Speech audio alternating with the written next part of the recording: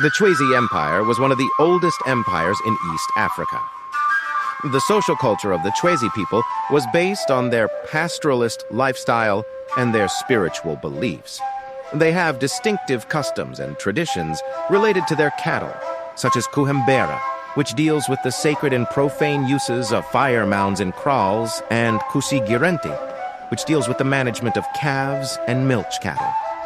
In a typical Chwezi home, after supper, there would be an old man sitting on a footstool narrating stories to little ones. Today, Babu Noor will share with us.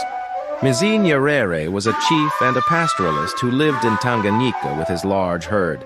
He was respected by all the village men for his wisdom and kindness, and he often shared stories of his adventures with the young ones. He had seen many things in his long life, from the arrival of the first humans to the changing seasons and landscapes. One day he decided to take a walk around the savannah to see if anything new had happened. He left his herd behind and followed a familiar path that led him to a watering hole. There, he saw a group of herdsmen drinking and chatting. He greeted them warmly and joined them for a sip. Hello, Mzee Nyerere, said one of the herdsmen. What brings you here today? I just wanted to see how things are going in the savannah. It's been a while since I last visited this place. Well, you haven't missed much. It's been pretty quiet and peaceful lately. That's good to hear. Peace is a precious thing that we should cherish. As they were talking, Mzee Nyerere noticed something unusual in the distance. He saw a bright flash of colors that contrasted with the green and brown hues of the savannah. He squinted his eyes and realized that it was a large mural with a painting on it. "What is that?" he asked, pointing at the mural. "Oh, that's a Tinga Tinga painting," said one of the herdsmen. "It's a new kind of art that the Chaga people have been making lately. They use bicycle paint to create colorful images of animals and plants." "Bicycle paint?" asked Mzee Nyerere. "What's that?" "It's a kind of paint that the Chaga use to decorate their bicycles," explained one of the boys. "They have different colors and they dry quickly." "And why do they paint animals and plants?" asked Mzee Nyerere. "Well, I heard that they do it to honor the beauty and diversity of nature," said one of the well-learned men. "They also do it to attract tourists and buyers who like their paintings." "Interesting," said Mzee Nyerere. "Can we go closer and see it?" "Sure," said one of the herdsmen. "But be careful not to touch it or provoke the painters. They might think we are trying to ruin their work." Mzee Nyerere nodded and followed the other herdsmen as they approached the mural. He saw that it was indeed a painting of a man, but not like any painting he had ever seen before.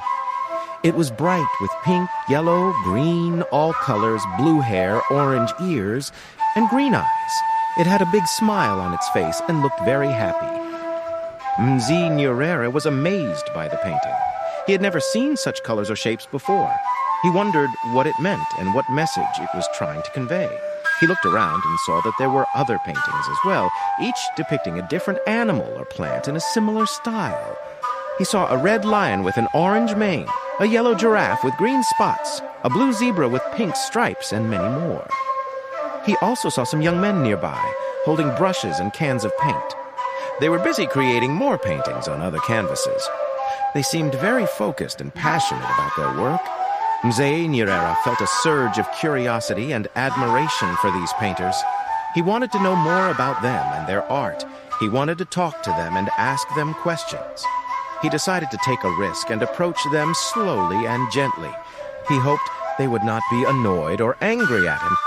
He walked towards them with his head raised in a friendly gesture. He made soft noises to show that he meant no harm. The painters noticed him and stopped their work. They looked at him with surprise and awe.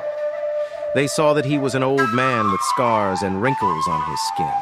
They saw that he had wise and gentle eyes that sparkled with curiosity.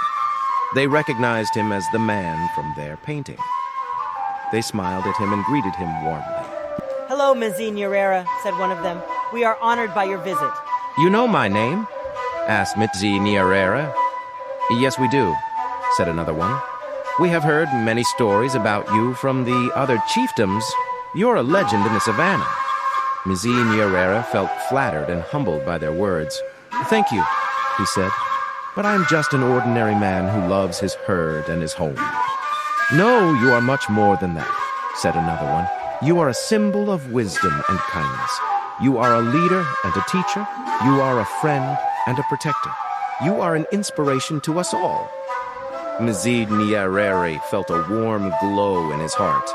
"Thank you again," he said. "But why did you paint me like this? Why did you use these colors and shapes?" "We painted you like this because we wanted to show your true essence," said one of them. "We wanted to express your personality and spirit. We wanted to celebrate your uniqueness and beauty. We used these colors and shapes because we wanted to create something new and original," said another one.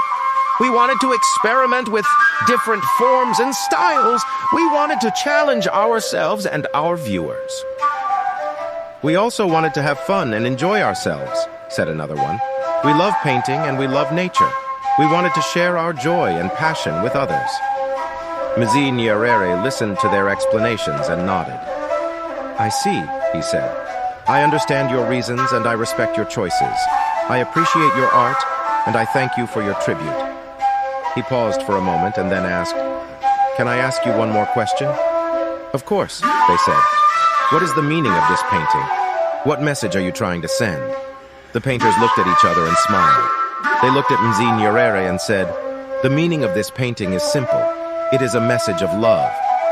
They reached out their hands and shook his hand gently. They felt a connection between them, a bond of friendship and respect. They felt happy and grateful for this moment. Mzee Nyerere felt the same way. He smiled back at them and said, "Thank you for your love. I love you too."